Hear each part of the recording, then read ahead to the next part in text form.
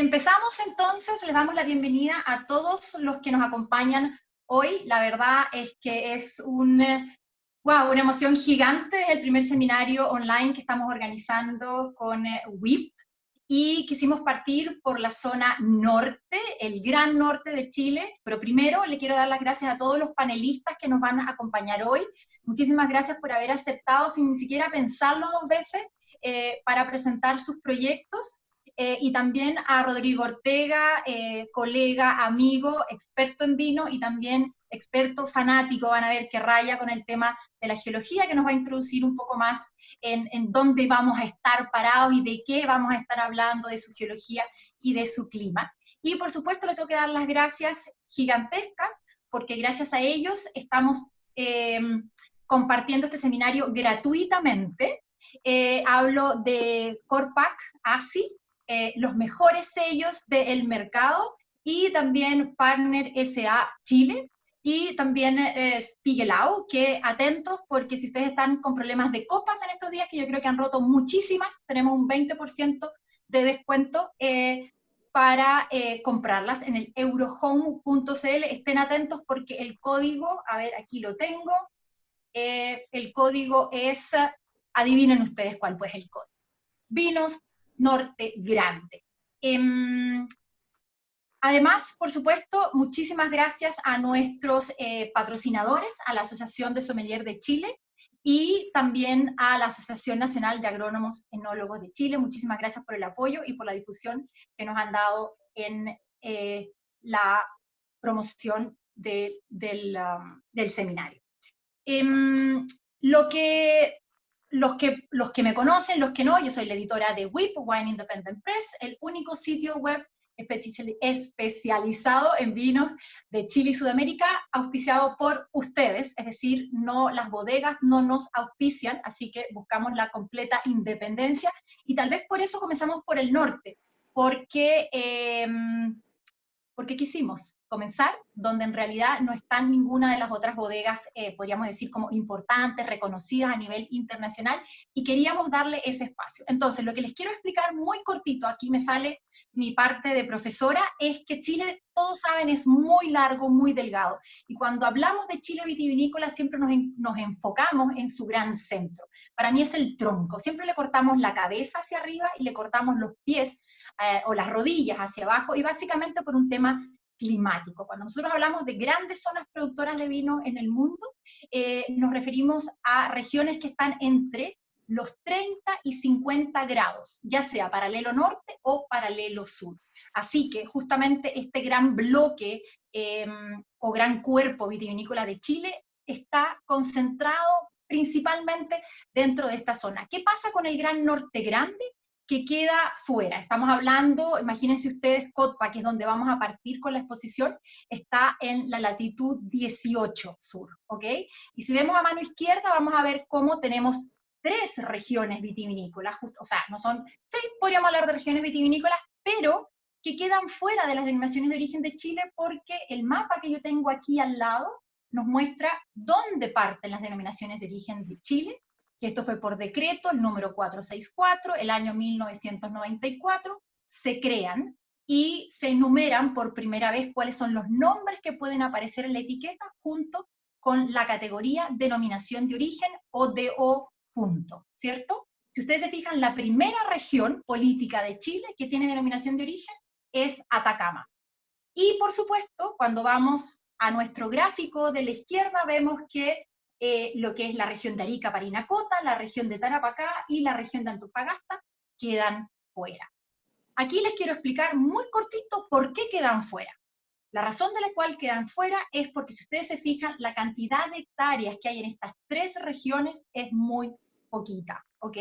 Tenemos en Arica 15, en Tarapacá 3, en Antofagasta 4. Y si se fijan, además, quedan excluidas de la producción de pisco. Recuerden que pisco es una denominación de origen también bajo la ley chilena, y que concentra solamente 2 regiones, la región de Atacama y la región de Coquimbo. Estas son las últimas cifras según el SAC, y como pueden ver acá, el gran cuerpo de producción vitivinícola de Chile, si acaso podemos entender aquí muy claro que la gran producción se concentra, no les van a hacer no coinciden, ¿ah? Estos son regiones políticas, pero el Valle de Valparaíso vendría a ser todo lo que es Casablanca y San Antonio. O'Higgins vendría a ser todo lo que es el Valle de Colchagua y Cachapoal. El Maule es la región del Maule, que incluye el Valle del Maule y Curicó, y así sucesivamente hacia abajo, y la región metropolitana vendría a ser el Gran Valle de El Maipo. Por supuesto, alguien nos está preguntando, ¿tienen problema para la conexión?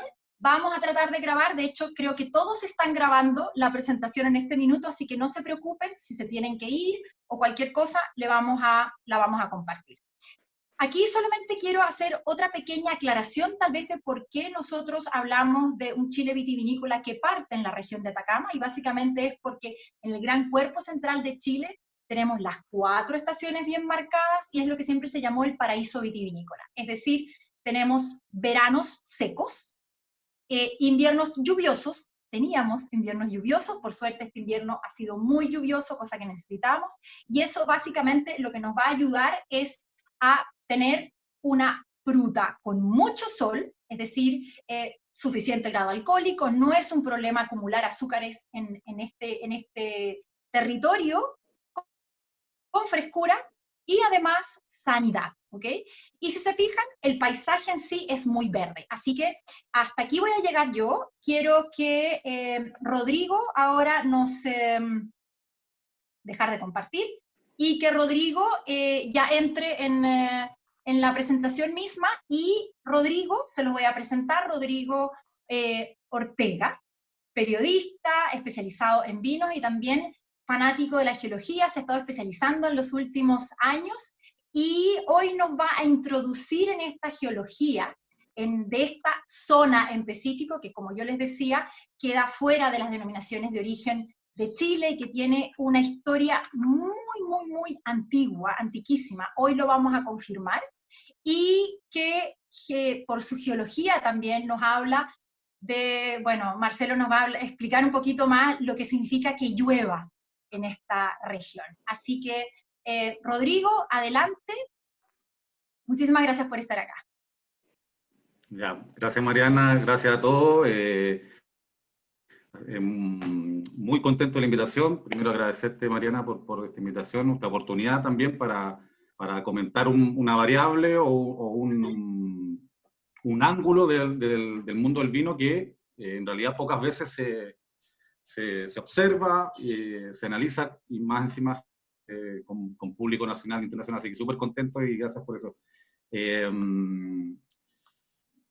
Lo primero que bueno, quería comentarles que hoy día el objetivo es acercarlos a través de observaciones que como periodista especializado en los últimos 10 años he logrado tomar nota acerca de la relación de los vinos con los aspectos más geológicos, y eso significa tomar en cuenta muchas cosas, no solamente la roca, sino que específicamente también aspectos que tienen que ver a veces con las aguas, a veces tienen que ver con el clima, porque en realidad son una red de muchas variables que las ciencias de la Tierra explican en parte los procesos que se han generado en las denominaciones de origen y en otras zonas vitivinícolas.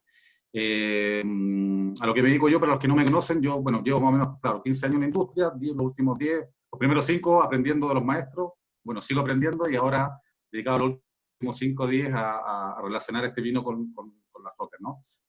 En general hago unas charlas específicas sobre esos temas, y eso es lo que me dedico ahora último. Lo primero que quería hacer, tratar de mostrar esta figura. ¿Para qué? Para poner un poco en contexto las cosas, porque vamos a hablar de escalas en realidad bastante más grandes de las que estamos acostumbrados. En general, estamos con la cabeza como avestruces, metida en el viñedo, en la calicata, viendo los perfiles, tenemos clarito, súper bien, pero a veces cuando tenemos que hacernos la pregunta de cómo se formó todo eso, tenemos que mirar a una escala un poquito superior. Y esa escala superior a veces significa a escala global. Cada uno con lo suyo significa básicamente que cada denominación de origen en el mundo tuvo su proceso de formación particular. Y en estas formaciones particulares, tanto en Barossa, en el norte, en Europa, en el Chablis, en Languedoc, en el Priorato, aquí en el norte chileno también, Napa Valley, Barossa en Australia, etc. Cada una de ellas tuvo su mecánica, o su proceso formativo que tuvo grandes mecánicas en general que coinciden entre ellas, y otras que fueron más diferenciadoras, ya lo vamos a ir viendo. Quise poner este ejemplo, que lo trae, lo posté en Instagram, súper bueno, que simplemente es comparar dos distancias que son iguales o similares, de 520, 500 kilómetros aprox, y donde pareciera ser que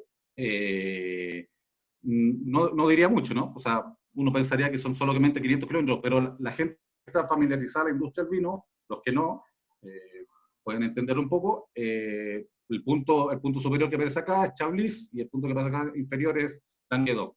En solo esos 500 kilómetros, para la mayoría de la gente que está familiarizada con la industria del vino, uno puede tener claro que hay una diferencia de todo tipo, desde el punto de vista vitícola, el punto de vista enológico, el punto de vista de estilo, el punto de vista organoléptico, también litológico, o sea, geográfico, geomorfológico, de cómo se modeló el paisaje.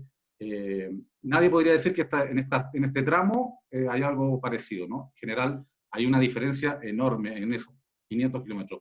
Ahora, podemos sacar la misma conclusión de lo que tenemos de Cotpa, que es el punto que aparece acá, hasta San Pedro de Toconao. Litológicamente, sí hay diferencia. Enológicamente, también las hay. Probablemente el paso que sigue es hacer una consolidación de este proceso para que la zona norte se convierta en una denominación de origen. Pero sí podemos observar, y eso es lo que intentamos al establecer estas relaciones entre vino y roca, es poder mostrar estas diferencias que hay en esta misma distancia que existe entre Chablis y Languedoc. También aquí hay diferencias y que podemos ir achicando la escala para ir mejorando, identificando esas diferencias entre cada una de ellas. Bueno, esta es la papa que pongo yo, que es un geoide, para ponernos en contexto, en nuestro planeta, que en realidad no es la esfera que vio Armstrong desde el Apolo, sino que en realidad es una esfera que es una bomba atómica, acá pongo yo. En realidad somos somos pura energía. Nuestro planeta y todas las grandes fenómenos que ocurren a nivel global corresponden a este origen energético que tiene la Tierra en su interior, y a partir del cual se generan una serie de movimientos a gran escala que explican la creación de la geografía y de los continentes y de los espacios donde nosotros hacemos viticultura. Parece muy lejano, pero son esas los que explican la formación de los relieves en su proceso más grande. El eterno retorno es el flujo que quise ejemplificarlo con esa frase, para poner en contexto las famosas corrientes convectivas que desde el manto terrestre fracturan la litosfera oceánica y son las que forman las placas continentales, la placa de Nazca y muchas otras. Desde aquí se genera una pluma mantélica que va generando nueva corteza en forma permanente, y es la que da origen a la litosfera oceánica y a la litosfera, a la corteza terrestre, ¿no? Cuya corteza terrestre que luego se va reuniendo y juntando en un ciclo eterno retorno entre las placas, donde se juntan, se separan durante un ciclo de millones y millones de años. Así se formó el Pangea, y así millones de otros continentes, o sea, varios otros continentes durante millones de años. Se separaron, se fracturaron y hicieron un ciclo eterno retorno. Estas son las dinámicas básicas terrestres que tenemos en nuestro planeta, que dominan y que son las que formaron nuestro relieve, que son los agentes internos, que son los endógenos, digamos, y los exógenos o externos. De alguna manera, siempre pongo el ejemplo de que esto es como una cocina, una gran cocina, un chef que hace el producto y el consumidor el que se lo come. Acá es lo mismo. Siempre la Tierra está en esta dinámica en que se genera volcanismo, genera magmatismo, se generan movimientos orogénicos, levantamiento de cordillera, hundimientos, plegamientos, fractura, y están los otros agentes exógenos, que son los que rompen el relieve, las aguas, los ríos, la temperatura, el viento, etcétera, etcétera, los fenómenos de lluvia, agua, etcétera. Esta es la típica descripción que generalmente vemos en las presentaciones de cualquier vino, que la típica presentación de cordillera, Andes, el valle central y la costa, ¿no? Pero ¿qué hay detrás de todo eso? Bueno, en este vecindario ocurre un fenómeno muy interesante. Acá, nuestro continente sudamericano está marcado especialmente por la placa de Nazca, que está acá a la izquierda, y en esa línea azul lo que se observa es el proceso de subducción de esta placa de Nazca por debajo de esta placa al otro lado, la placa continental. Ambas placas están en contacto y en direcciones opuestas. Y esa dirección opuesta lo que genera es varios fenómenos. El primero es el fenómeno del volcanismo y el fenómeno de la orogenia, que llaman los geólogos, que es el levantamiento de la montaña. En particular, ese es un rasgo estructural de base de nuestra viticultura en Chile, a diferencia de otras denominaciones de origen del mundo, donde no está este fenómeno. Y eso es un rasgo fundamental.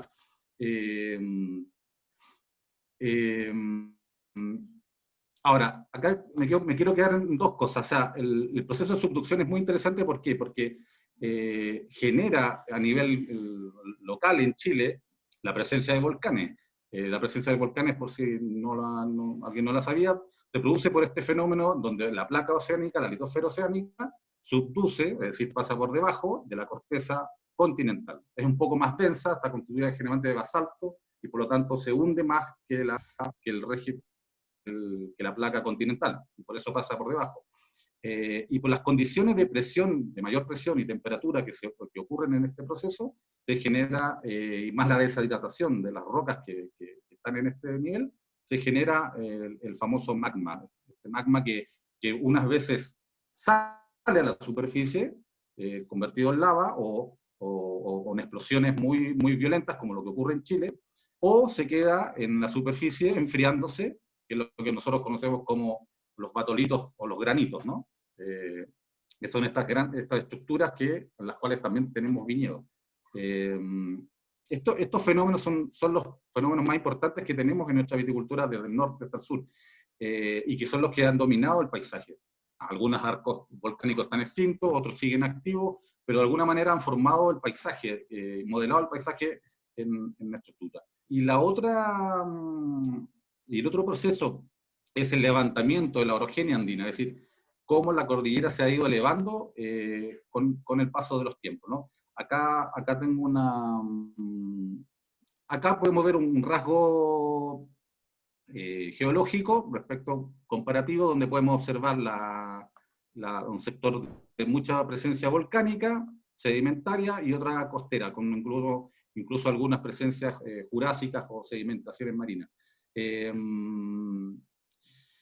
Un rasgo geomorfológico importante en la zona es la quebrada o valle. Es un planteamiento que lo estuvimos conversando también con Mariana, que es lo que es importante acá, o que para rescatar, es la presencia de quebradas.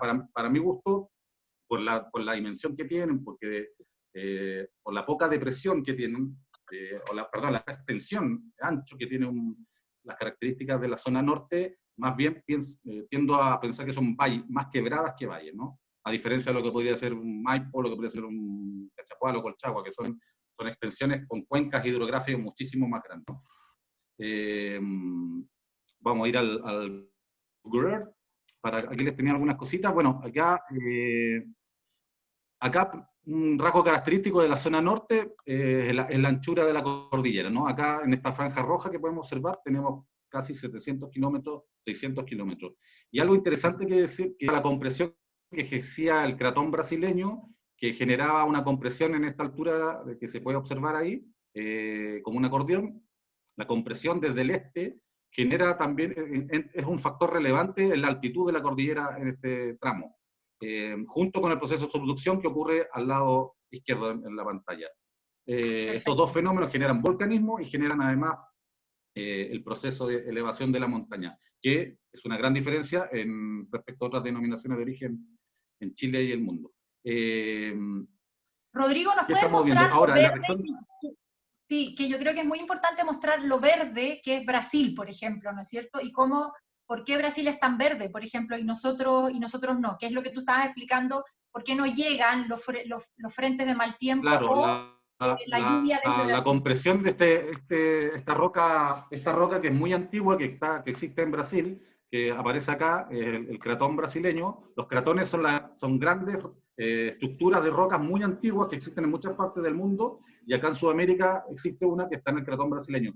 Pero las características de este cratón comprimen desde el este nuestra cordillera. Y eso, junto con la presión que ejerce la placa de Nazca desde el otro lado, generan también las condiciones para que tengamos una altitud de 5.000, 6.000 metros a esta altura.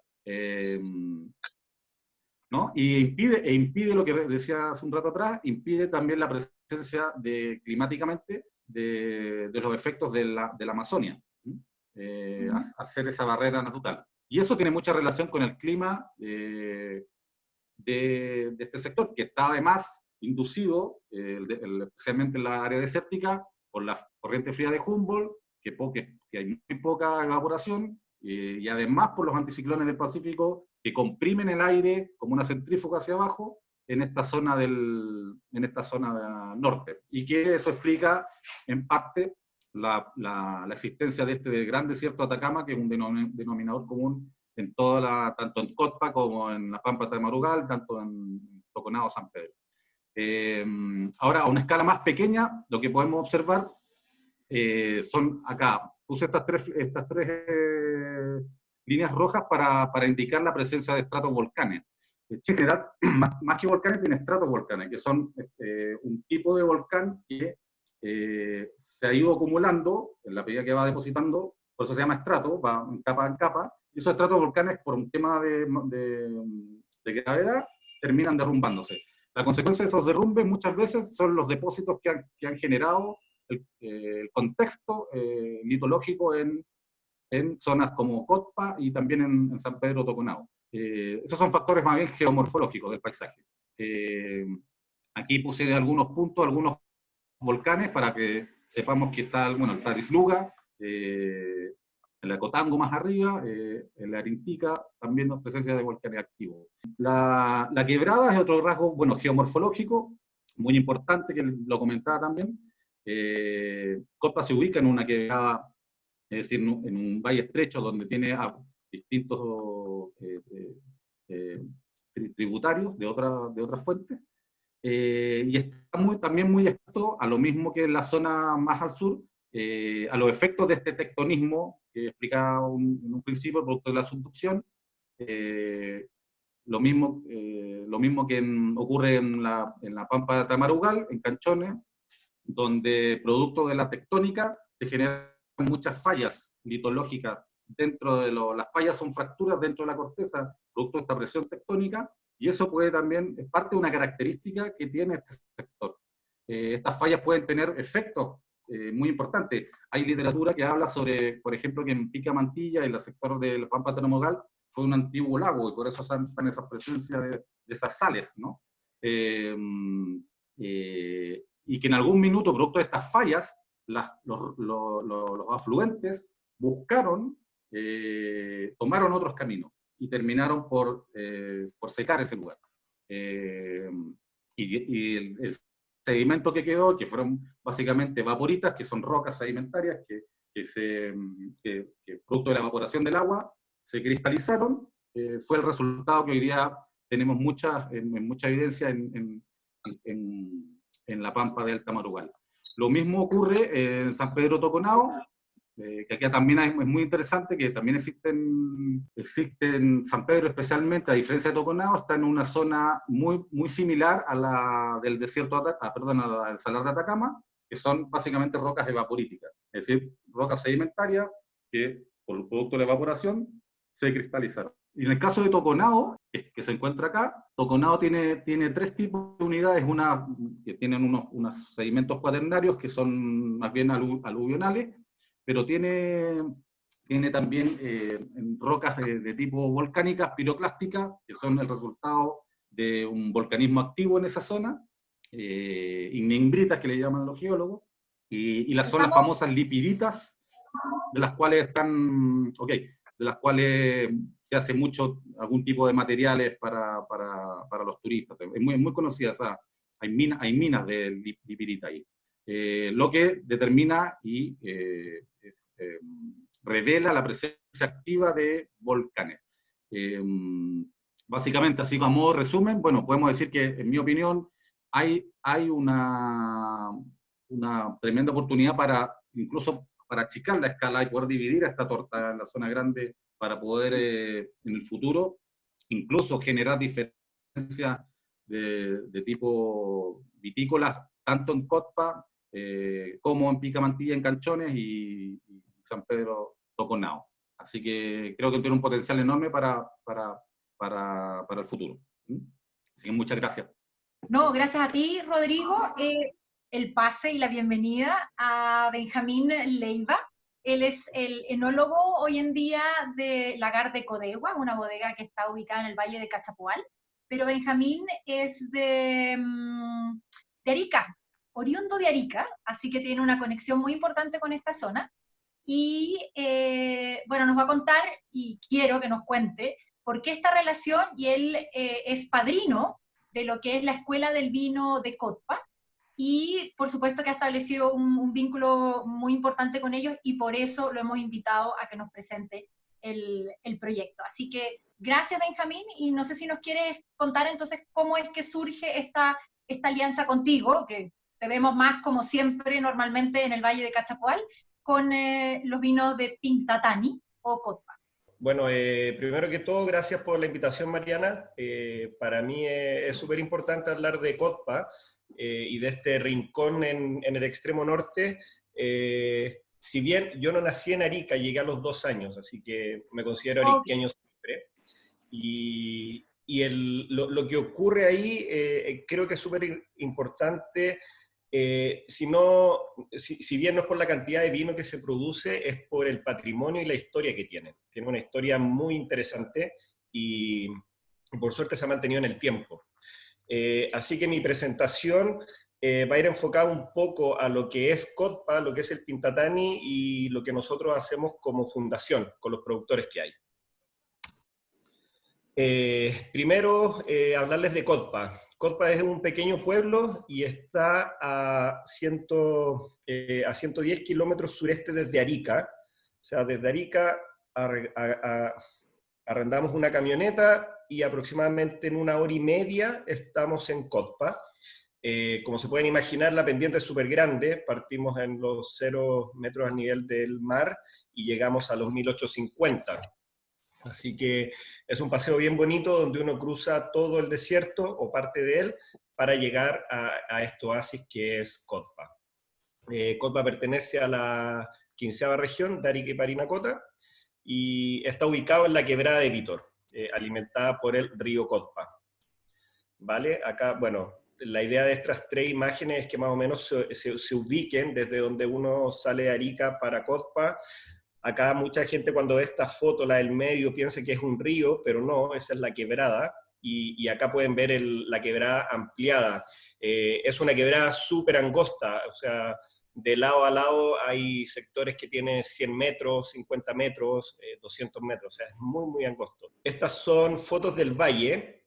La primera foto es súper interesante porque refleja un poco lo que es la mezcla de la plantación que vino desde Europa con el tipo de cultivo que se hacía en los Andes. Entonces todavía hay terrazas ahí ubicadas en los farellones que, bueno, aparte de ser súper bonito, se mantiene hasta el día de hoy. Y ahí pueden ver lo angosto que es el valle, como va de lado a lado.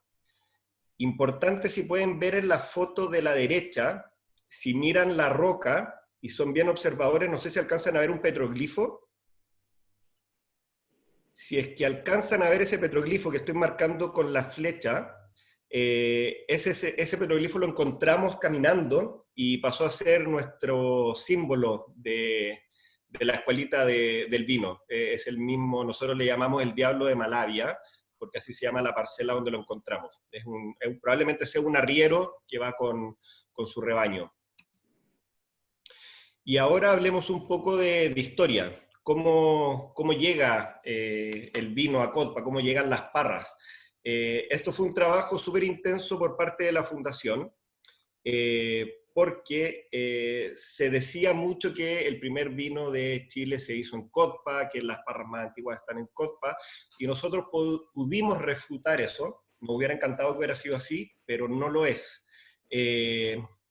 Las parras, bueno, como pasó en Chile, vienen desde Canarias y llegan al Virreinato del Perú, llegan a 424 kilómetros noroeste de Arica, a Arequipa, y ahí es donde se asientan los primeros viñedos.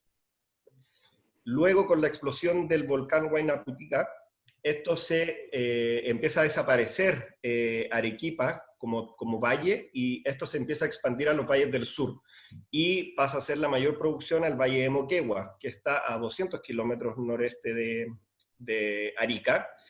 Y luego, buscando registro, no pudimos encontrar cuándo fue la primera plantación, pero sí encontramos registro de que en 1618 un carmelita, Antonio Vázquez, habla de este tránsito de vino desde Arica hacia Tacna. Así que esa es como la fecha de que nosotros consideramos inicio. Es súper importante recalcar que Arica era el puerto de lo que era la Ruta de la Plata. En ese tiempo el Cerro Rico de Potosí era, bueno, una mina muy importante para lo que era España, y todo lo que se extraía de Potosí llegaba a Arica y se iba a España, y las especias que llegaban de España llegaban a Arica y se iban al Virreinato y a Potosí.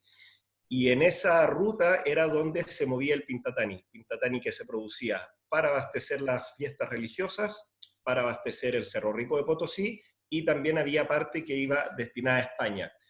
Y hay registros también que hablan de producción de aguardiente.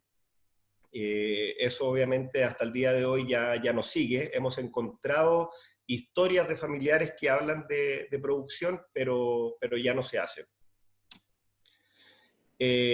Bueno, siguiendo con la historia, la gran demanda de pintatani, como les dije antes, viene de las minas del Alto Perú, como es Potosí, en ese tiempo en el Virreinato. Y ya a finales de 1700, Chaca, que está muy cerca de Arica, pasa a ser el lugar de mayor producción, en lo que serían los alrededores de Cotpa. Pero luego, por la sequía, esto retrocede, y es ahí donde todo se concentra al final en Cotpa, que es el lugar que al final logra mantener un flujo constante de agua. Las fotos que ven al fondo, desde izquierda a derecha, las dos primeras pertenecen a Moquegua. La primera es una bodega que encontramos, bueno, está en el desierto abandonada. La segunda foto es una bodega que todavía está operativa, producen vino, pero básicamente aguardiente. Y la última foto es Cotpa, en esta parcela de la señora Malavia, donde encontramos estas tinajas, y ahí partió toda la indagación de que efectivamente sí se hacía vino en Cotpa. Bueno, También, ¿te puedo interrumpir un minuto? ¿sí, claro? Sí, cuando nosotros vemos las tinajas enterradas, ¿eso puede ser producto de algún deslizamiento o Sí, efectivamente se enterraban a propósito? efectivamente hay que recordar que el norte hay mucho movimiento sísmico. Eh, Ahí tenemos esa foto, yo la tomé el 2015, si no me equivoco, y ya a esa fecha han pasado por lo menos 3 o 4 terremotos. Así que las encontramos en escombros. Pero no era normal que se enterraran, las tinajas nunca estaban enterradas, siempre estaban sobre piedra y cal. Perfecto, gracias por la aclaración. De nada. Bueno, seguimos con un poco más de historia. Luego viene la Guerra del Pacífico, así que lamentablemente se prohíbe la producción de aguardiente de vino, pero gracias a las fiestas católicas, los productores siguen produciendo su pintatani, sobre todo para las fiestas de mayo. La Cruz de Mayo es una fiesta religiosa probablemente la más importante en los Andes, y el pintatani ya es parte del ritual. Así que gracias a estas fiestas los productores siguen con su producción de vino, que sigue hasta el día de hoy. Hablemos un poco del clima y el suelo. Bueno, Rodrigo lo explicó súper bien antes. El clima es un clima desértico interior, pero tiene ciertas características importantes, como el mal llamado invierno boliviano, que por lo que entendemos es la influencia del Amazonas, donde estas masas de altas presiones chocan con las de bajas presiones y generan estas lluvias. Por lo tanto, tenemos lluvias de verano, pero estas no son tan relevantes. Hay años que puede llover 20 milímetros, lo máximo que se ha visto son 60, 80 milímetros, así que no genera un gran problema, y de hecho se agradece por la sequía que avanza constantemente. Y respecto al suelo, son suelos de origen coluvial y aluvial. O sea, Rodrigo lo explicó súper bien antes. Tienen una textura franco-arcillosa, son profundos, tienen buena aireación, problema de suelo no hay. De hecho, en Codpa no solamente hay viñedos, ya que ellos mantienen esta producción como en chacra, por lo tanto uno encuentra parras, paltos, maracuyá, naranjos, y todo en el mismo sector. O sea, no hay una conducción respecto al frutal. Acá les quería mostrar esta foto porque las temperaturas pasan a ser súper importantes. Como ustedes saben, la vid necesita horas frío y necesita horas 10 grados. Y a pesar de estar cerca de los 2000 metros sobre el nivel del mar, las temperaturas no son tan frías como uno espera. Acá vemos las mínimas de invierno y de verano, tomamos enero y julio. En enero tenemos mínimas de entre 12 y 15 grados y en julio entre 0 y 5, lo que va súper bien. Pero, si vemos la próxima foto, nos damos cuenta que las temperaturas máximas son muy similares entre enero y julio, o sea, están en el mismo rango de hecho.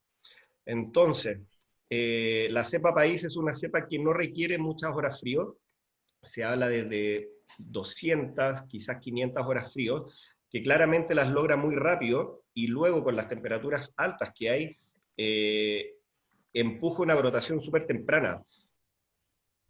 Nosotros tratamos generalmente de podar fines de agosto, mediados de agosto, para atrasar un poco esta brotación, pero del momento que brota crece muy rápido. De hecho, hay años que hemos visto pinta en los meses de diciembre, lo que es súper raro, y lo más raro aún, que aún no logramos explicarnos por qué, es que si bien la pinta empieza súper temprano, es súper dispareja y súper larga. O sea, igual se cosecha en abril, en mayo. Entonces, no sabemos si puede ser porque disminuye la luminosidad, aumenta la nubosidad con el invierno boliviano, bajan un poco más las temperaturas. No hay una explicación fisiológica que logramos entender todavía este retraso de la pinta y la madurez. Así que ahí tenemos tarea todavía. Y ahora, bueno, hablemos un poco del vino Pintatani. El vino Pintatani se produce de cepa país, pero hemos encontrado otras cepas y tuvimos un proyecto por la Universidad de Chile donde estuvimos estudiando de las diferentes variedades que hay y encontraron más de 20 variedades. Hay una la muy conocida que es la Coco Gallo, bueno, hay moscateles, hay criolla blanca, así que se han encontrado diferentes variedades, pero la que predomina es la país. Y su forma de elaboración es muy peculiar, yo creo que es única en el mundo, y eso es lo que lo hace interesante, y eso es lo que nos llamó a nosotros a tratar de rescatar este patrimonio. La forma de elaboración, bueno, llega el momento de cosecha, así que se va al campo a cosechar en gamelas de madera, y luego cuando llega la uva, cada bodega tiene su lagar, un lagar que es hecho de piedra y cal, donde se tira la uva completa dentro. Y entran los pisadores, 4 o 5 pisadores, dependiendo del tamaño del lagar, y empiezan a gritar el gualale gualale, que es salud, que le empiecen a dar vino, mientras ellos van bailando y pisando. Es un espectáculo, es súper, súper lindo. Y a medida que ellos van pisando, empieza a caer el mosto por el puntay. El puntay es la punta del lagar, que es hecho de piedra tallada. Y esto, por gravedad, cae antiguamente a las vasijas de greda, pero hoy, bueno, en garrafas de vidrio, hay algunos que estamos tratando de hacer nuevamente estas tinajas. El año pasado llevamos a un alfarero y estuvimos haciendo tinajas, cosa de reconstruir este patrimonio. Es importante decir que hay mucha gente que hace zaranda, pero la zaranda llegó después, ya con la chilenización y la llegada de emigrantes de la zona sur, trajeron la cultura de hacer la zaranda antes, y no hacer el pisa-pisa, por falta de lagar, básicamente. Ahí tenemos unas fotos del secado, se me olvidó comentarles el secado. hay gente en Cotpa que cuando cosecha hace un secado tipo pasito, como se hace en Italia o en España en algunos lugares. Esto claramente viene de la cultura europea, y bueno, los tiempos de secado varían. Hay gente que lo deja 2-3 días, hay gente que los deja semanas, 2 semanas, 1 semana, dependiendo del vino que quieran obtener. Ellos siempre hablan de un vino seco, semiseco y dulce. Los grados, obviamente, de azúcar, ellos no los tienen estudiados, sino que simplemente por degustación. Así que el que deja más tiempo secado, obviamente va a tener un vino más dulce. Y cuando hacen el prensado, porque como ven en la foto de la derecha, ahí están haciendo el pisa pisa, ¿cierto? Cuando ya no se extrae más jugo, ellos montan una prensa, donde los tablones que ven en la primera foto, en la de la izquierda, esos tablones que están atrás, se montan y esas piedras que están abajo se ponen arriba, donde las piedras de la esquina se llaman las capitanas, la piedra más grande que va al centro se llama la generala, y esto se deja ahí toda la noche prensando. Y ahí obtienen un vino que es casi un jarabe, ellos le llaman su vino mosto, que es muy poco lo que extraen y es su elixir, ellos lo guardan, pero no se lo dan a nadie, es lo más, ellos lo valoran mucho. Yo creo que eso no alcanza ni siquiera a fermentar, porque tiene tanto azúcar, y nosotros creemos que como antiguamente se hacía aguardiente, ellos mezclaban esta aguardiente con este vino mosto. Eso es lo que nosotros creemos, pero no hemos encontrado algo escrito, solamente por comentarios con productores. Benjamín, 5 minutos. Vale. Ahora hablar un poco de nuestro trabajo como fundación. La Fundación Altiplano, bueno, es una fundación que se dedica a la restauración de patrimonio cultural. Ellos trabajaron siempre con iglesias, construcciones de adobe, son especialistas en adobe. Y bueno, yo llego a estar en contacto con ellos, ambos fascinados con la cultura de los Andes. Empezamos a hablar del vino Pintatani y ellos dicen, ok, tenemos que recuperar esto. ¿Cómo lo hacemos? Presentamos un proyecto, estuvimos en proyecto 3 años y creamos esta escuela del vino, donde nuestra idea y nuestro objetivo no es interferir el proceso, sino que es aprender de ellos y con las herramientas que nosotros podemos entregar, tratar de facilitar el trabajo de ellos y mejorar la calidad. Tenemos que recordar que Cotpa es un pueblo sin electricidad, sin agua potable, o sea, las condiciones son súper precarias. Entonces, nosotros con un poco de tecnología y conocimientos tratamos de hacerles la vida un poco más fácil, pero sin interferir en nada en el proceso. Aunque lo encontremos incluso un poco antiteórico, no interferimos. Esa es la idea de mantener un patrimonio. Ahora, cuando uno se toma un vino Pintatani, puede ser un vino súper peculiar, extraño, y es por eso que la consigna para nosotros es, para beber y entender un Pintatani, hay que hacerlo en el Valle de Cotpa, porque tomarlo en la ciudad no va a generar un momento y uno no va a lograr entender este vino. Cuando uno entra en el valle, está en la noche, con estos cielos estrellados, sin electricidad, desconectado, y escucha la historia del productor, de la familia, de la historia que hay detrás, logra entender mejor lo que para nosotros es un patrimonio. Y ahora la idea es mostrarles un poco de fotos para que se puedan transportar a Cotpa.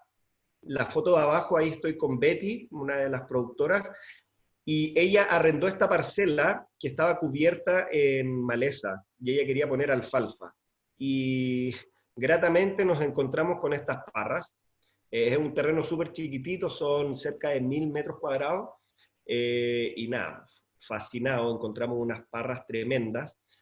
Si pueden ver la foto superior a la derecha, eso es un pimiento que debe tener unos 6 metros de altura, y vean cómo está rodeado de parras, o sea, hay muchas parras que crecen sin conducción, súper, no silvestre, pero súper violentamente, siguiendo simplemente la naturaleza, y todas productivas, poco, pero productivas.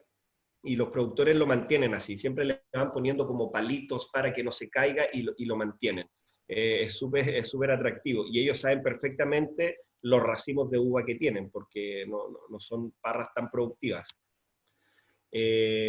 Acá esta foto de abajo a la izquierda es una foto que a mí me encanta. Esta foto la encontramos en Chitita, que está al norte de Cozpa, un par de kilómetros al norte, totalmente abandonada, apoyada en esta roca, operativa, pero era la única parra que había en ese sector.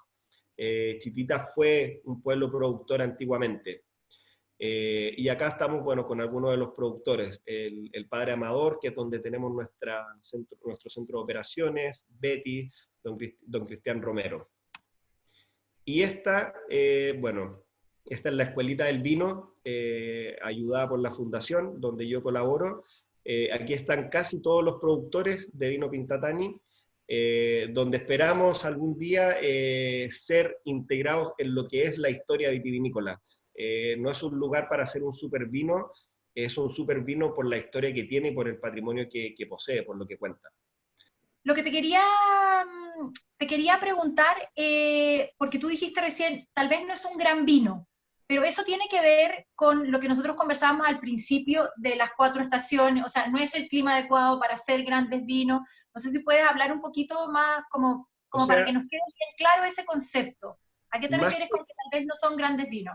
Más que cuando hablo de un gran vino, me refiero a lo que hoy por hoy conocemos como gran vino. Un vino quizás con una estructura, que tiene un potencial de guarda. El vino Pintatani, la gracia que tiene es un vino que se vinifica en el año y se consume en el año. Es un vino que está hecho para la fiesta religiosa. Entonces, no es un vino de guarda, porque la acidez que tiene no es alta, y eso es claramente por las altas temperaturas que tiene durante todo el año. Si bien logra concretar sus horas frío, madura muy rápido al principio y después se estanca, y en ese estancamiento pierde acidez. Entonces es un vino un poco más ligero, es un vino que se toma fresco, frío, y esa es la gracia, un vino es el vino del diario para ellos. No es un vino que ellos pretenden guardar. Entonces, es como un vino de mesa. O sea, esa es la gracia de esta producción. Perfecto. ¿Sabes qué? Veo muchos comentarios que nos dicen qué maravilloso lugar, qué ganas de ir. Yo me quedo con esta sensación de que es un lugar increíble, donde tal vez sus vinos no van a tener 100 puntos de Parker o de Suckling, pero que cuando uno vaya al lugar se va a enamorar por completo de ellos, de su gente y finalmente... O sea, hay cosas súper anecdóticas. Uno de los sponsors de la Fundación Altiplano, la mayoría son gringos con mucha plata, y el vino de Cozpa, Pintatani, ha estado donde tú no te imaginas, en Nueva York, en París, donde la fundación entrega vinos a sus donadores, y ha llegado a paladares que uno ni siquiera se lo imagina. O sea, es un vino que ha viajado, pero, como te digo, la consigna de nosotros es: ven a Cozpa, toma un vino de Cozpa, conoce su gente. Yo quiero aprovechar de hacer la invitación, porque el año pasado, nosotros durante la cosecha invitamos a voluntarios. Ven, cosecha con nosotros, haz el pisa pisa. Llegó mucha gente de Arica, de Iquique, súper entretenido. Si miran la foto, la gente es gente mayor de 60 años, hay gente de 80 años, y solo no se la pueden. Y es súper lindo verlos trabajar y tratar de sacar adelante este proyecto que tiene años de historia. Así que si algún día quieren ir a vendimiar a Cozpa, las puertas están abiertas, y es un lugar maravilloso, de verdad que es mágico. Benjamín, vas a tener que dejar tu correo electrónico porque hay muchos que quieren ir, ya están pidiendo tu correo, así que muchísimas gracias por la presentación. No sé si hay alguna pregunta que podamos destacar, Natalia, de las preguntas, digamos, que han ido haciendo ustedes. Y yo lo que te diría es simplemente un pequeño comentario. Me recuerdo cuando de Litata uno probaba vinos hace tiempo atrás y en realidad no tenían mayor prestigio, un poco como que siento que está pasando lo mismo acá. Y nada, capaz que nos llevemos una sorpresa en unos años adelante si seguimos difundiendo. Yo creo que el valor justamente de las denominaciones de origen qué es lo que nos falta en el norte de Chile, es que se den a conocer los lugares asociados al vino y a la cultura del lugar. Sí, hay algunos que preguntan dónde se puede encontrar este vino, si es solo allá, se puede comprar a través de alguna página o algo así. El vino Pintatani se encuentra en Cotpa. Lamentablemente, de repente Excelente. nosotros pensamos, nos encantaría llegar, o sea, los productores piensan, nos encantaría llegar a Santiago, y después nosotros tratamos de inculcarles a ellos, no, Santiago tiene que venir acá porque ellos del vino no van a poder vivir. Entonces nosotros queremos generarles toda esta economía turística donde la gente pueda ir un fin de semana, quedarse en las cabañas que ellos tienen, que son unas cabañas preciosas, ver las estrellas. Yo donde más he visto lluvia de estrellas en mi vida es en Cotpa. Wow. Bañarse en el río, tomar el vino, comer una guayaba del árbol, o sea, es algo que no es tan lejos, llegar a Arica no es tan difícil, y llegar a Cotpa ya estando en Arica no cuesta nada. Fantástico. Queda la invitación para todos. Muchas gracias. Queremos todos salir luego.